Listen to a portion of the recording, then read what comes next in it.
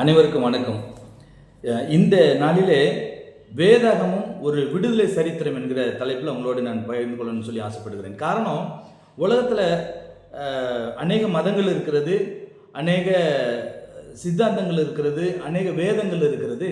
ஆனால் இது எல்லாவற்றிற்கும் மேலாக உலகத்தில் அதிகமாக அச்சடிக்கப்படக்கூடிய அல்லது விநியோகம் பண்ணக்கூடிய ஒரு புத்தகம் என்ன அப்படின்னா அது வேதம், பரிசுத்த வேதம். அதுவும் ஸ்பெஷலி கிறிஸ்டின்ஸ் யூஸ் பண்ணுற அந்த பைபிள். ஸோ அதை பற்றிய ஒரு புரிதல் வேணும் அப்படின்னு சொல்லி ஆசைப்படுகிறேன். அது ஒரு மத ரீதியான புக்கு அப்படின்னு சொல்லி அல்லாமல் அதை தாண்டி அது ஒரு சரித்திர புத்தகம். அது சரித்திரம் மட்டுமல்ல, சத்தியம் நிறைந்த ஒரு புத்தகம். அந்த சத்தியம் நிறைந்த ஒரு புத்தகத்தில் சத்தியத்தை பற்றி சத்தியத்தின் மூலமாக சரித்திரம் படைக்கக்கூடிய அத்தனை பேருடைய வாழ்க்கை வரலாறும் அந்த புத்தகத்தில் இருக்குது. ஸோ அதனுடைய பேக்ரவுண்ட் அப்படின்னு நீங்கள் பார்த்தீங்க அப்படின்னா கிட்டத்தட்ட ஆதியாகம் என்கிற அந்த புத்தகத்திலிருந்து வெளிப்படுத்தல் என்கிற புத்தகம் வரைக்கும் கிட்டத்தட்ட 66 புத்தகங்கள். அந்த 66 புத்தகங்களும் ஒரே நேரத்தில் ஒரே ஆளால் உட்கார்ந்து எழுதப்படலை. அது கிட்டத்தட்ட 1600 ஆண்டுகள் கேப் இருக்கு. இந்த புத்தகத்துக்கும் அந்த கடைசி புத்தகம், முதல் புத்தகத்துக்கும் கடைசி புத்தகத்துக்கும் இடையில கிட்டத்தட்ட 1600 ஆண்டுகள். கிட்டத்தட்ட 40 எழுத்தாளர்களுக்கு மேலாக எழுதியிருக்கிறாங்க. ஸோ இவர்கள் அத்தனை பேருமே ஒரே நூலை பிடிச்ச மாதிரி அவங்க சொல்லக்கூடிய ஒரு கருத்து என்ன அப்படின்னா, இந்த சரித்திரத்தில் வந்த இந்த வேதம் ரெண்டாக பிரிக்கப்படுகிறது. ஒன்று பழைய ஏற்பாடு, இன்னொன்று புதிய ஏற்பாடு என்று சொல்லி இந்த ரெண்டுத்தையும் இணைக்கக்கூடிய ஒரு த்ரெட், ஒரு நூல் என்ன அப்படின்னா, சரித்திரத்தில் வந்த இயேசு கிறிஸ்து தான். இயேசு தான் கிறிஸ்து, அல்லது அவர்தான் ஆண்டவர், சர்வத்திற்கும் அவர்தான் சிருஷ்டிகர் அப்படிங்கிற ஒரு புதுமையான ஒரு கருத்தை வலியுறுத்துகிறது. ஸோ அந்த அடிப்படையில் இந்த நாளில் விசேஷமாக அதை பழைய ஏற்பாட்டிற்கும் புதிய ஏற்பாட்டிற்கும் உள்ள கனெக்ஷன் என்ன அப்படின்னு சொல்லி உங்களோட சின்னதாக பகிர்ந்து கொள்ளணும்னு சொல்லி ஆசைப்படுகிறேன். ஸோ வேதாகமும் ஒரு விடுதலை சரித்திரம் அப்படின்னு சொல்லி சொன்னோம். உண்மையிலே அது விடுதலை சரித்திரம் தான். நீங்கள் ஆரம்பத்தில் நீங்கள் பார்த்தீங்க அப்படின்னாலும் இஸ்ரவேல் என்கிற அந்த ஜனம் ஒரு குடும்பமாக ஒரு நாட்டுக்குள்ளாக போகிறாங்க. எகிப்து என்கிற நாட்டிற்குள்ளாக ஒரு குடும்பமாக தான் போகிறார்கள். அதனுடைய இதெல்லாம் நான் சொல்வதற்கு காரணம் என்ன அப்படின்னா, வேதம் எங்கே கிடைச்சாலும் யாருக்கு அது பயன்படக்கூடிய ஒரு புத்தகம், அது எங்கே கிடைச்சாலும் எல்லாரும் வாங்கி படிக்கணும் அப்படிங்கிறதுக்காக தான் நான் சொல்கிறேன். ஒரு குடும்பம், ஒரு தகப்பனுடைய 12 பிள்ளைகள், அவர்கள் இன்னொரு நாட்டுக்குள்ளாக பஞ்சத்தின் காரணமாக போகிறார்கள். அங்கே அவர்கள் பழுகி பெருகுகிறார்கள். பெருகி ஒரு நாடு கணக்காக ஆயிடுறாங்க.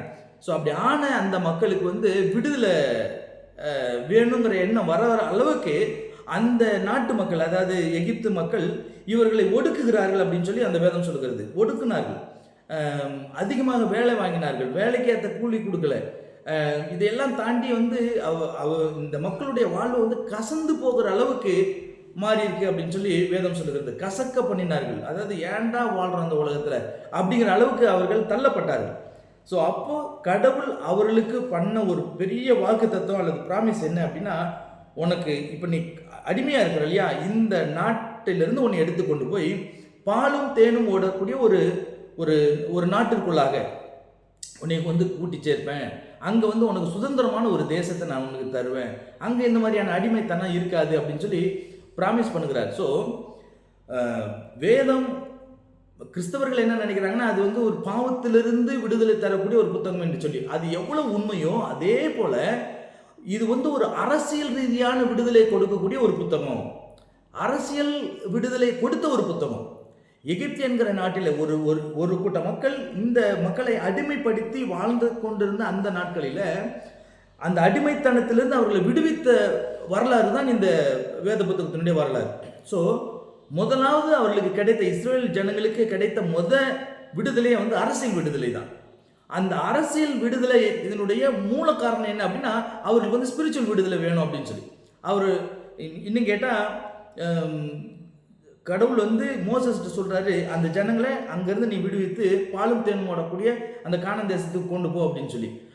அங்கே பார்வான் என்கிற ராஜா கட்டாயம் பிரச்சனை பண்ணுவான், கேட்பான். அப்போ என்ன சொல்லணும் அப்படின்னா, அவர்கள் எங்களுடைய தெய்வத்தை ஆராதிப்பதற்கு நாங்கள் போகணும் அப்படின்னு சொல்லு அப்படின்னு சொல்லி 3 நாள் பிரயாணம் பண்ணி போனோம், அந்த இடத்துக்கு போய் தான் நாங்கள் ஆராதிப்போம் அப்படின்னு சொல்லுன்னு சொல்கிறார். ஸோ என்னன்னா, தன்னை படைத்த கடவுளை அவன் ஆராதிக்க வேண்டும் என்றால் அவனுக்கு சுதந்திரம் வேணும். அந்த சுதந்திரம் வந்து அரசியல் ரீதியாக கட்டுப்படுத்தப்படும் போது முதல் அவர்களுக்கு தேவையான ஒன்று என்ன அப்படின்னா அரசியல் சுதந்திரம். அந்த அரசியல் சுதந்திரத்தினுடைய நோக்கம் என்ன அப்படின்னா அவர்களுக்கு ஆன்மீக விடுதலை கிடைக்கணும், ஆன்மீக ஃப்ரீடம் கிடைக்கணும் அப்படின்னு சொல்லி தான்.